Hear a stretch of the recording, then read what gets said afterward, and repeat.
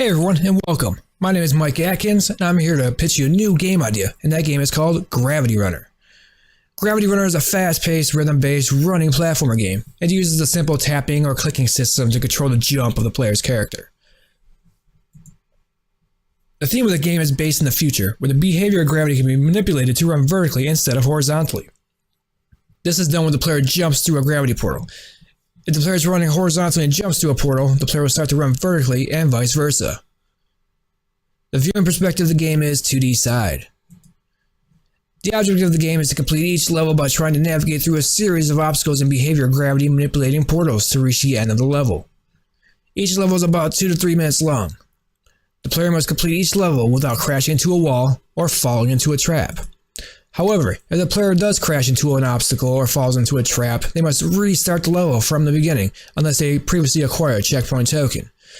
The player can change the behavior of gravity in each level by interacting with the gravity portal. This will take the player from running horizontally to running vertically. The rules of Gravity Runner are very simple. The player simply uses the tapping system to control the jump and the swiping system to adjust obstacles so the character can advance through the level. If the player crashes into an obstacle, the player must restart the level unless they previously acquired that checkpoint token. The player's goal is to reach the end of the level without crashing and with the least number of attempts to earn the best score possible. The antagonizer force the player faces is trying to avoid running into obstacles and adjusting obstacles throughout the entire level. There are multiple decisions the player can make throughout each level.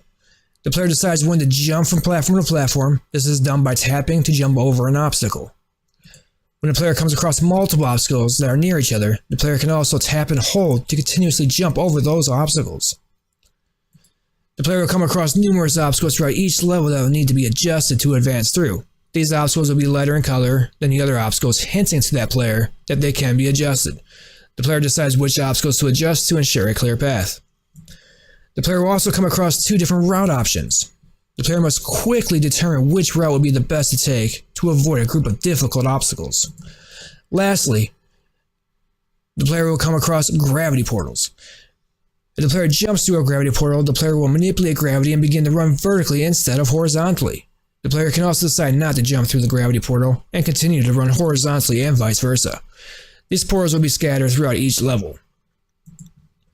Gravity Runner is like 2 different games, Geometry Dash and Ninja Jump, which both use simple tapping or clicking systems to control the character.